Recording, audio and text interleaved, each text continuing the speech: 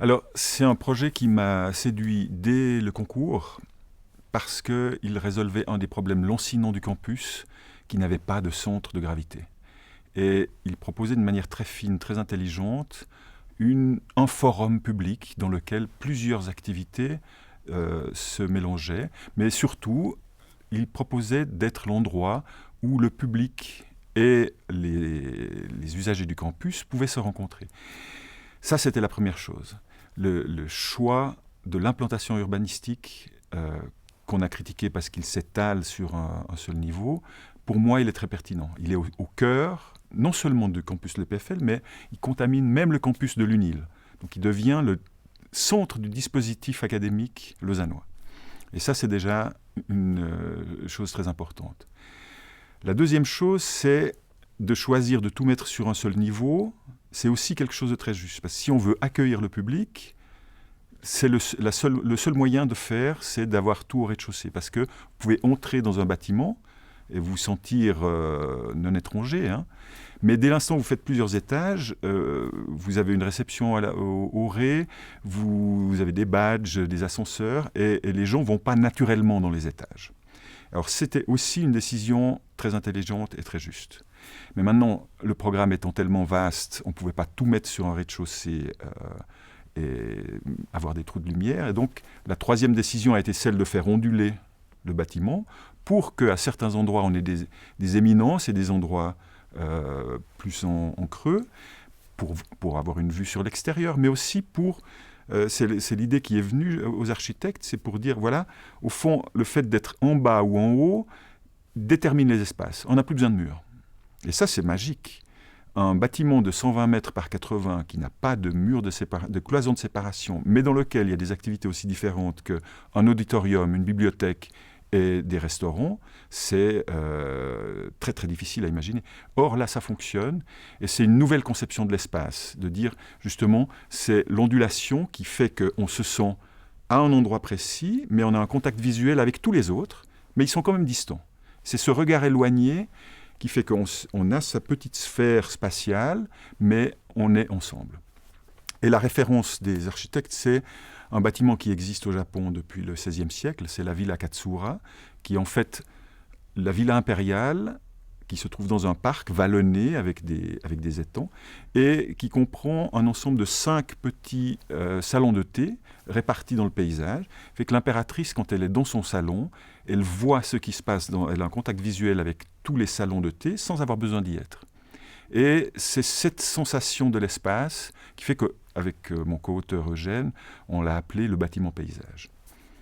Alors, il y avait un gros défaut au concours, c'est que la structure n'était pas cohérente. Les architectes pensaient que ça pouvait fonctionner structurellement comme une coque. Bon, on prend l'image de la coquille d'œuf, hein, très mince, c'est une coquille très mince, mais elle résiste énormément si vous appuyez dessus. Si vous faites un petit trou, elle résiste encore. Si vous faites un grand trou, elle s'effondre. Or, c'était une ondulation qui était irrégulière, elle avait des formes géométriques qui étaient irrégulières, et avec plein de trous. Et donc, elle ne pouvait pas tenir comme une coque, ce que les ingénieurs ont tout de suite pointé. Ils ont dit, ce bâtiment ne tient pas.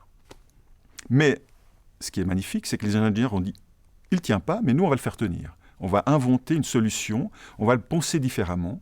On ne va pas le penser comme une coque, mais comme une série d'arches.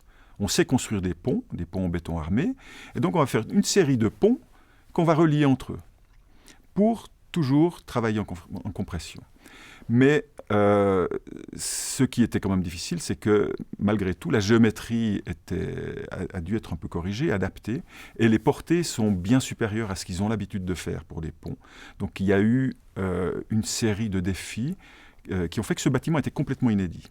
Et là, on a le troisième gros enjeu, qui est le pari mené par l'EPFL, de construire un bâtiment qui a un grand retentissement mondial, mais sans aucun modèle. Au fond, ils ont fait la même chose que ceux qui ont décidé de bâtir la Tour Eiffel. On construit quelque chose qu'on ne connaît pas. Et c'est un immense risque entrepreneurial. Je crois qu'ils n'en avaient pas totalement conscience, ils ne l'auraient jamais fait. Ils n'avaient juste pas le droit de se tromper. Donc c'est un bâtiment expérimental qui a été mené au succès. Ça, chapeau, parce qu'il fallait avoir du courage. Et au fur et à mesure, l'équipe dirigeante de l'EPFL, l'équipe de du constructeur Bouygues Lezinger et l'équipe des architectes, ont compris qu'ils étaient dans le même bateau et que dès l'instant où un faisait défaillance, le bateau coulait. Et je pense que c'est aussi une conjonction de personnalités, de grandes valeurs, qui a réussi à travailler ensemble. C'est un bâtiment collectif, de ce point de vue-là. Et puis la dernière chose que je trouve aussi très belle dans l'architecture, c'est que c'est un bâtiment qui n'impose pas de hiérarchie ni une autorité. On entre au milieu du bâtiment, au cœur du bâtiment, et on est libre de se déplacer de manière extrêmement fluide. Dans ce sens-là, c'est un bâtiment collectif et démocratique, parce que chacun peut l'utiliser à son envie, à son gré, et ça c'est assez exceptionnel aussi. Alors là, paradoxalement, je dirais que ce n'est pas un bâtiment révolutionnaire, parce qu'il n'utilise pas une technique nouvelle. Il optimise des techniques existantes. Donc on n'a pas inventé un nouveau matériau, on n'a pas inventé une nouvelle manière de faire. C'est un bâtiment expérimental plutôt que révolutionnaire, parce qu'on va tester des modes d'appropriation. On va tester des modes d'enseignement, des modes de diffusion du savoir, dont on ne sait pas grand-chose en fait. Je pense qu'il se prête assez bien. On a d'abord fait une place publique couverte, où les gens peuvent se déplacer librement et avoir des activités différentes, en se sentant tous ensemble, mais chacun dans son coin. Et c'est ça qui est très intéressant. Ce n'est pas une révolution en soi, mais ça permet d'accueillir toutes sortes de modifications technologiques possibles. On peut imaginer qu'il y a des progrès décisifs qui vont être faits dans les 5-10 prochaines années, qui changent complètement la manière de faire, la manière d'étudier. Et je pense que ce sera peut-être plus facile de s'adapter dans ce bâtiment qui n'a pas de cloison, dans lequel on peut se mettre à un endroit ou à un autre sans que ça change fondamentalement les conditions. C'est quelque chose d'une simplicité spatiale, au fond, très grande, et qui n'est pas hyper technologique. Les bâtiments hyper sophistiqués du point de vue technologique, une fois que la technologie est obsolète, on ne sait plus quoi en faire. Ça, j'ai l'impression que, comme cet espace est un espace très simple et très archaïque au fond, vu qu'il était, justement, il fait une référence à un bâtiment très ancien, on ne va pas avoir beaucoup de difficultés à, je sais pas, supprimer les étagères un jour où on dit le livre est totalement obsolète, c'est clair. C'est pas un problème, mais s'il faut installer des dispositifs mobiles et fluides, divers, audiovisuels, que sais-je, je pense qu'on va pouvoir le faire beaucoup plus facilement. S'il y a une petite critique, c'est par rapport au travail de bureau. Je pense que l'installation des bureaux, là, est assez faible.